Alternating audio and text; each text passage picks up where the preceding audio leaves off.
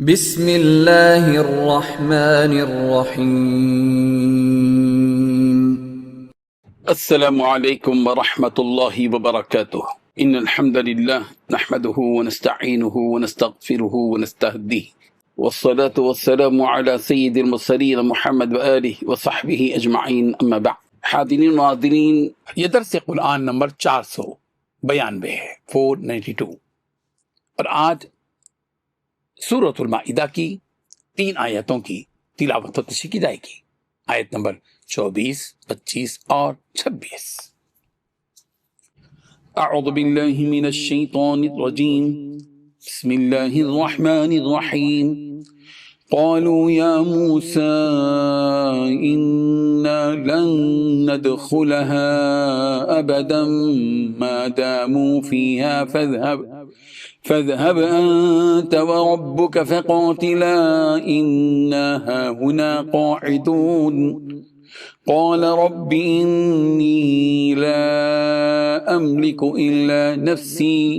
إلا نفسي وأخي فافرق بيننا وبين القوم الفاسقين قال فإنها محرمة عليهم 40 سنة يتيهون في الأرض فلا تأس على القوم الفاسقين صدق اللہ العظیم۔ لفظی ترجمہ یوں ہے، قالو انہوں نے کہا، یا موسیٰ اے موسیٰ، انا بے شک ہم، لن ندخلها ہرگز داخل نہ ہوں گے اس میں، ابداً کبھی بھی، ما داموا جب تک وہ موجود ہیں، فیہا اس میں، فاذهب لہذا جا، انت تو، وربک اور تیرا رب، فقاتلا اور تم دونوں لڑو،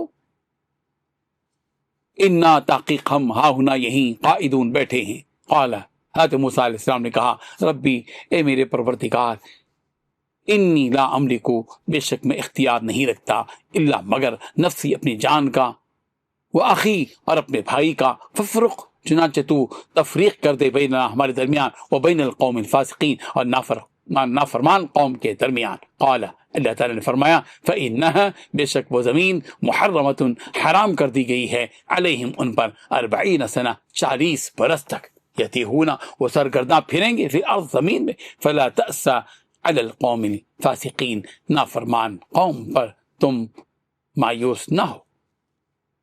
ترجمہ یوں ہے، وہ بولے کہ موسیٰ جب تک وہ لوگ وہاں ہیں ہم کبھی وہاں نہیں جائیں گے، اگر لڑنا ہی ضروری ہے تو تم اور تمہارا رب دونوں جاؤ اور لڑو، ہم تو یہیں بیٹھے رہیں گے۔ حضرت موسیٰ علیہ السلام نے اللہ تعالیٰ سے التجا کی کہ پروردگار، میں اپنی اور اپنے بھائی کے سوا اور کسی پر اختیار نہیں رکھتا، تو ہم میں اور ان نافرمان لوگوں میں جدائی کر دیجیے۔ اللہ تعالیٰ نے فرمایا کہ وہ ملک ان پر 40 برس تک کے لیے حرام کر دیا گیا ہے کہ وہاں جانے نہیں پائیں گے، یہ اسی علاقے میں جہاں اب ہیں سرگرداں پھرتے رہیں گے۔ ان نافرمان لوگوں کے حال پر آپ اور پیغمبر افسوس نہ کیجیے۔ ان 3 آیتوں میں 5 باتیں بتلائی گئی ہیں۔ پہلی بات، حضرت موسیٰ علیہ السلام کی قوم کہنے لگی، اے موسیٰ، ہم اس وقت تک اس ملک میں قدم نہیں رکھیں گے جب تک وہ لوگ اس ملک میں موجود ہوں۔ دوسری بات، اگر تم کو ان سے لڑنا ہی ہے تو تم اور تمہارا پروردگار چلے جاؤ اور ان سے لڑو، ہم تو یہیں بیٹھے ہیں۔ تیسری بات، حضرت موسیٰ علیہ السلام نے کہا کہ اے میرے پروردگار، میری اپنی جان اور میرے بھائی کے سوا کوئی بھی میرے قابو میں نہیں ہے، اب آپ ہی ہمارے ان نافرمان لوگوں کے درمیان الگ الگ فیصلہ کر دیجیے۔ چوتھی بات، اللہ تعالیٰ نے کہا، اچھا اگر ایسی بات ہے وہ سرزمین میں بھٹکتے پھریں گے۔ پانچویں بات، اے موسیٰ آپ ان نافرمان لوگوں پر ترس نہ کھائیے۔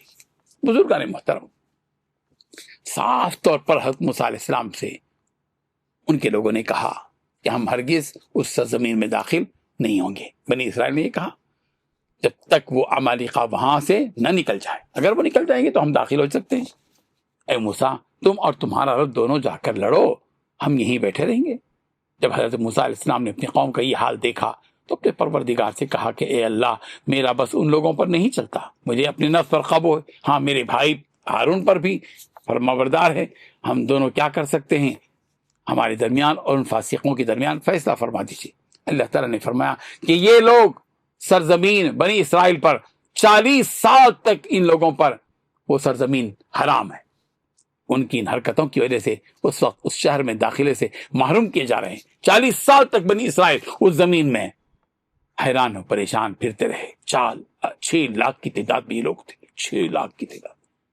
اس عرصے میں حضرت موسیٰ اور حضرت ہارون علیہ السلام دونوں کی وفات ہو گئی۔ جب یہ 40 سال پورے ہو گئے اور نئی نسل تیار ہو گئی تو حضرت یوشع علیہ السلام کی نگرانی میں وہ مقدس سرزمین فتح ہوئی اور بنی اسرائیل اس میں داخل ہوئے۔ اللہ تبارک و تعالی ہم سب کو ان حقیقتوں کو سمجھنے کی توفیق عطا فرمائے، آمین۔ وآخر دعوانا ان الحمد للہ رب العالمین۔ ڈیلی درس قرآن کو سبسکرائب کیجئے، اپنے تاثرات اور مشورے ارسال کیجئے اور متعلقین کے گروپ بنا کر انہیں روزانہ درس قرآن بھیجیں اور اجر ثواب پائیں۔